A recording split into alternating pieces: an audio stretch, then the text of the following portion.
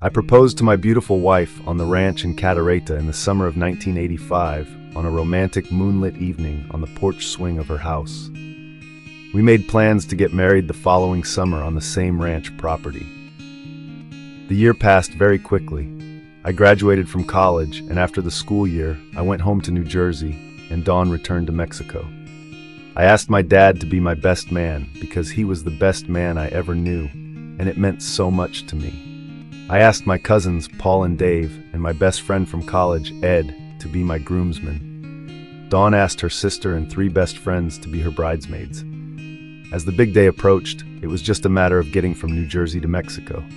While in college, I acquired an awesome 1974 Plymouth Voyager van and customized it with a bunk, sink, carpet, and skylight. It was my hippie van, a very cool ride, so I said adios to family, picked up my cousins and roommate, and set off on our road trip toward the border and beyond, about a 24-hour drive away. I had baked our wedding cake and packed it in dry ice in a cooler, along with a 5-gallon bucket of buttercream icing that I made at my brother-in-law's bakery where I worked summers in Wildwood, New Jersey. We drove straight through nonstop and made great time down to Mexico and arrived in Cadereyta, ready to make the final arrangements for the wedding the following Saturday. My dad and the rest of the family would be flying in a few days before the ceremony. We ordered our tuxedos and the flowers and hired the musicians, and were busy getting ready for the wedding. Instead of a traditional bachelor party, the guys and I decided to have a different kind of fun experience. We went mountain climbing and rappelling in the Huasteca Canyon and had an absolute blast. Then the day before the wedding, we went to Rio Ramos, a beautiful river with tall trees to jump from and awesome deep swimming holes. The only thing was that it had rained a lot the night before, and the runoff muddied the usually crystal clear blue water, plus it had quite a powerful current.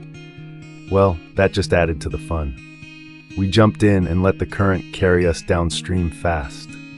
It was like a water park ride, as we floated rapidly with the current, following the twists and turns of the river, avoiding big rocks, shooting down little rapids. We had an amazing, wild ride under the lush green canopy of trees arching over the river, beautiful scenery all around, and the adrenaline rush of the free-floating river rapid ride. Unfortunately, none of us had the presence of mind to think how we're going to get back to where we had parked the van. Finally, we came to a little village where we're able to get a footing and climb out onto the riverbank. I have no idea how far we floated downstream, but I'm pretty sure it was at least a few miles. Now we had to hike back, barefoot through muddy, thorn-infested, rugged terrain. Brilliant plan. There were places where there was some sort of path, but other places where we had to cut through thick brush along the riverbank, climbing over roots and rocks. Finally, after hours of miserable hiking, we made it back to the first swimming hole where we had parked, cut, scraped, and exhausted. It was still a fun day, but was it worth it? We headed back to the ranch, and I stayed up late assembling and decorating our wedding cake for the next day.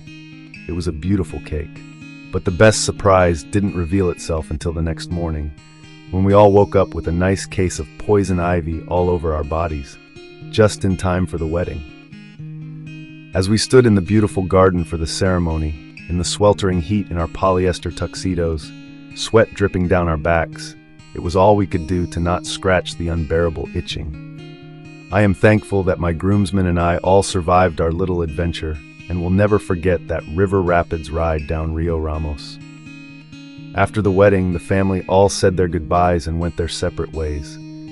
Dawn and I went on an amazing honeymoon to Cancun and embarked on an even more amazing adventure as husband and wife.